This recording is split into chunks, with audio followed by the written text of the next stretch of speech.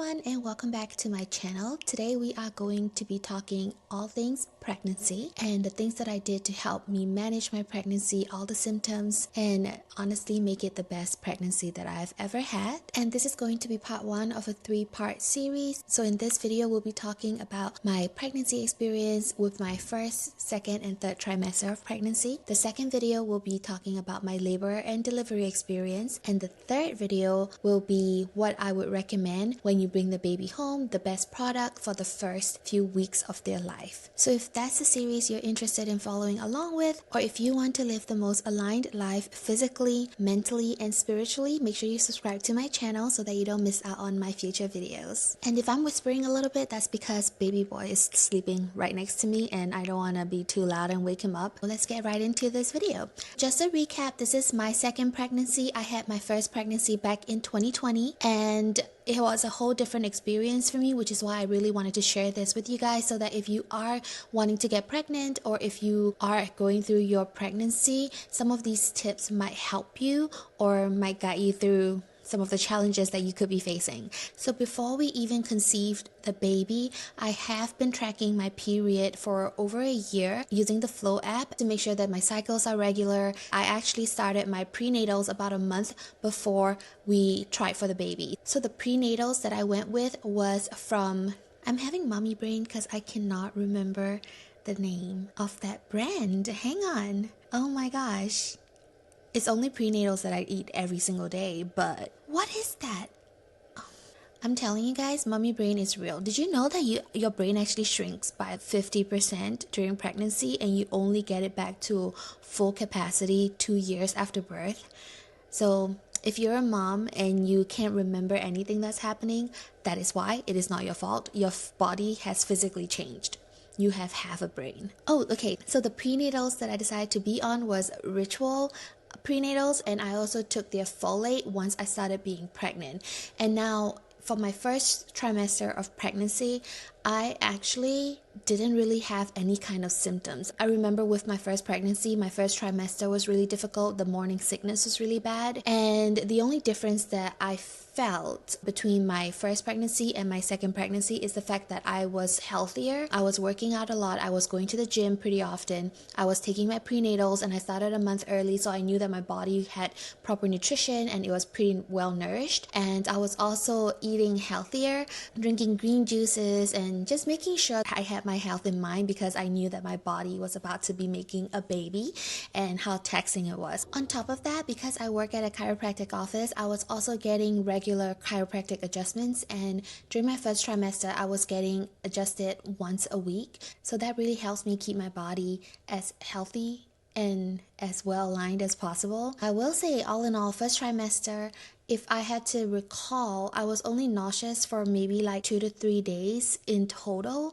And I also noticed that nausea would kick in if I wasn't eating enough. So I make sure that I was properly nourishing myself and eating a lot of protein. That really helped. And now going into second trimester, I decided to go with a midwife this time around instead of an OB because I was teetering whether I wanted to do a home birth.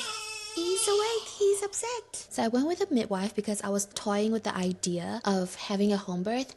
Unfortunately, I learned very quickly that my midwife was only able to deliver in the hospital. So home birth was out of the question, but I still like the idea of having a midwife because I feel like they have a more holistic approach to birth than OBs. I could be totally wrong, but I just feel like midwives would resort less to interventions if needed. So then second trimester came around, and because I had gestational diabetes with my first baby, they really wanted to test me early. And so they had me tested at 18 weeks for my gestational diabetes instead of, I think, the first time they would test you at 32 weeks to see if you have GD. So at 18 weeks, my test came back positive. Unfortunately, I did have gestational diabetes again. And so we started tracking my glucose using the test strips. And what I realized was that no matter how much I could control my glucose levels during the day, my fasting levels will always be really high. They will always be, I believe it was in the hundreds or very high 90s. And for fasting, you want it to be below 90. I tried to control this via diet for 2 weeks. And what I did was basically I tried to eat a lot of protein right before I go to bed, which was going to be like 10 p.m. And even then, with a very high protein snack, my sugar would still keep spiking for fasting levels. And because I wanted to make sure my baby was growing healthily in there, I told my midwife that I would like to be on metformin. So if you guys are unfamiliar, you have a few different options when you have gestational diabetes in your pregnancy.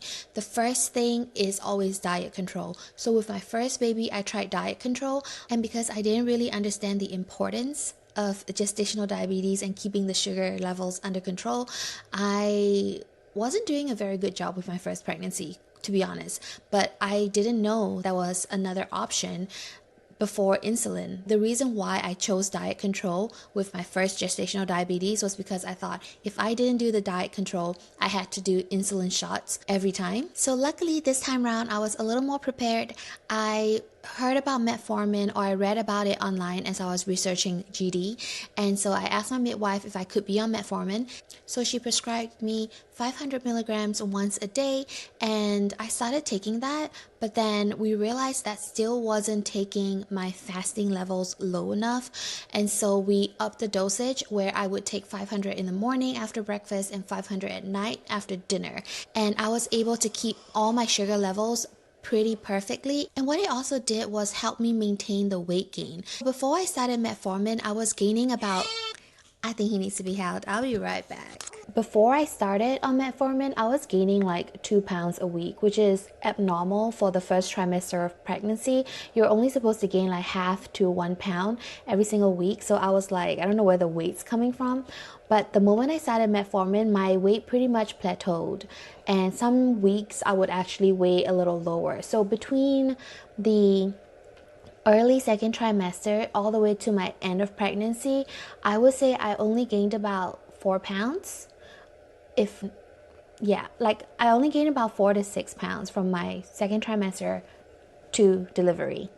And it also meant that I could actually eat proper food. So with diet control, it's actually really restrictive, and for someone like me who eats a lot of carbs, it was actually really hard for me to have proper meals and still be satiated at the end of it if I was on diet control. So metformin allowed me to eat like I would usually without spiking my blood sugar. And that was one of the reasons why I jumped onto having the prescription so fast as well, because I knew how stressful it was for me to be on diet control with GD because of my first pregnancy. And back then I think I only got diagnosed on the 32nd week, so it wasn't even like I had to do it for a very long time. And so this time round, since we're starting at 18 weeks, I was like, yeah, there's no way I can continue to eat in such a restrictive way and not be stressed out. So what I put as my priority was actually my cortisol levels. I just wanted to make sure that this was a very stress-free pregnancy, because I know how much stress can harm your body. And so I'm very happy that I went with the prescription route, because it just made gestational diabetes so much easier to handle, where you don't have to worry about wanting to have a piece of cake or a piece of chocolate every once in a while. And so I was able to eat everything that I was craving without spiking my blood sugar. And then I believe somewhere along my second trimester, I was also diagnosed with anemia. This came as a surprise to me because I didn't have this with my first pregnancy. I was like, oh, I didn't know that I was anemic, because physically I felt fine. I would have that crash, or I would feel really exhausted at the end of the workday, or like around 2 to 3 p.m. in the day, but I always just chalked it up to being pregnant, because it's a lot on your body. And so I felt that it was normal to be exhausted. But when my results came back, they actually told me that I was very severely anemic, and to the point where I actually needed to have iron infusion. And so with anemia in your pregnancy as well, there's always different options that you can do. So before they suggest that you have an infusion, they would usually allow you to take vitamins, so the iron pills and B12, for you to bring your levels up. But because my levels were so low, they said that they just wanted me to go straight ahead and get the infusion done. And so what I was prescribed was getting 5 sessions of Venifer. Let me try and put his binky back in. Sir, do you want your binky? You good? Okay. So yes, I went for 5 sessions of Venifer. It's like an IV drip, and they make you sit there for an hour and a half. They put the IV in you with the iron infusion, and you go for 5 consecutive weeks. There is a possibility that you could be allergic, or you could have allergic reactions to the iron infusion, but it worked out really well for me. I didn't really feel any kind of negative side effects with it. But I will say it did take time for the iron infusion to kick in. So I was thinking once I start my first session, I would start to have that little spike in energy. But on the contrary, right after you get your infusion, you actually feel really exhausted and tired. And so I would always want to come home and just sleep it off. And that happened for 3, I would say almost 4 weeks. And it was only at the 4th week and the 5th week that I actually started to feel the energy coming in from the iron infusion. And it felt so different. I went from being the pregnant woman that once I come home, I wasn't able to do anything, not even cook or have dinner, to where I'm like going around the house and nesting and cleaning and filming videos. Once the energy came back, I could really feel the difference and having energy to actually live your life and carry on with your day. Other things I did for my anemia was that I actually took iron supplements, even though they didn't tell me to, but I took the one with vitamin C already infused, and I basically just got this from Target. If you are low on iron and you need to take supplement, make sure that you're taking it along with vitamin C, because iron alone could make you nauseous, and if you take it with vitamin C, I don't know how they counteract each other, but it makes the nausea a lot easier. And because of my low iron, I was also low on B12. I also drank blackstrap molasses very regularly in the morning. That really helped me with my iron levels as well. So those 3 things, I got infusion, I took iron tablets, and I took blackstrap molasses. And by the end of the 5 weeks, and when I went to get my labs done again one more time, my levels were amazing, apparently. So it worked out really well for me, and I'm very glad. Sir? Every time there's a pause in my video, my mind just goes blank and I'm like, what did I talk about? What was I saying? It doesn't help that I'm doing this without a script today. Okay, so I believe we were talking about iron. Okay, we were done talking about iron. And then other things that I did during this pregnancy pretty regularly was that I took walks. So every time I would be on my lunch break at work, I would walk for about 20 to 30 minutes every single day. And on the days that I don't walk, I would be taking a nap. So I just really listened to my body. If my body felt like it has energy that day, I would walk to help with the labor process. And if I feel a little tired, I would take a nap at work. In my 3rd trimester, I did start to eat a lot, so whenever I pack my lunch, I make sure that I pack extra snacks, and usually it will be fruits or something high protein. If you watch my other videos, that I can't really have like dairy, so as much as I would like to have cheese and crackers for my snack every single day, I knew that was gonna mess my body up really badly. So fruits were my snack of choice, and thankfully for Metformin, they weren't spiking my sugar. By my 3rd trimester, I was also getting adjusted 2 to 3 times a week, depending on what I feel like my body needs. I would say that throughout my whole pregnancy, I did not have a single lower back pain. And if I did, it was because I would overexhaust myself, like maybe do a little too much around the house, and that would cause my lower back to hurt.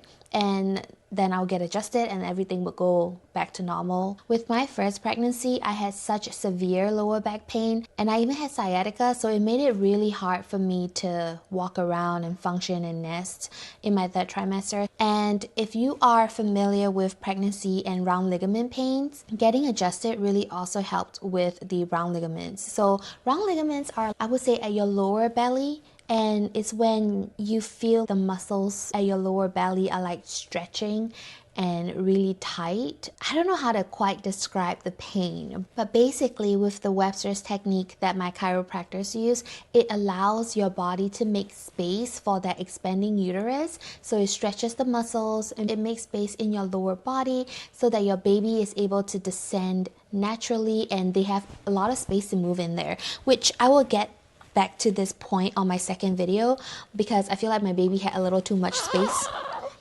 Oh, got you. And another thing that I did was I also got a yoga ball, and so I was bouncing on that birthing ball for, I would say, the last 3 to 4 weeks of my pregnancy before I was scheduled for an induction. So I did still get induced at a little past 38 weeks, and that's because I really didn't want my baby to be humongous because I knew that I would have trouble pushing him out. And so induction was scheduled, but basically that is a whole recap of my entire pregnancy, the first, second, and third trimester. And I really feel that if it wasn't for my gestational diabetes and anemia, it would have been a pretty picture perfect pregnancy where I had very little symptoms, very little aches and pains, and I pretty much had the energy to do everything that I wanted to do throughout the whole pregnancy. So I would really recommend that you do your walks, get your adjustments, because it's really going to make night and day difference in your pregnancy. Trust me. That is all I have for this video today, and make sure you subscribe so that you don't miss my labor and delivery story, as well as the holy grail products for surviving your first few weeks. So that's it for today, and I will see you guys in the next video. Bye.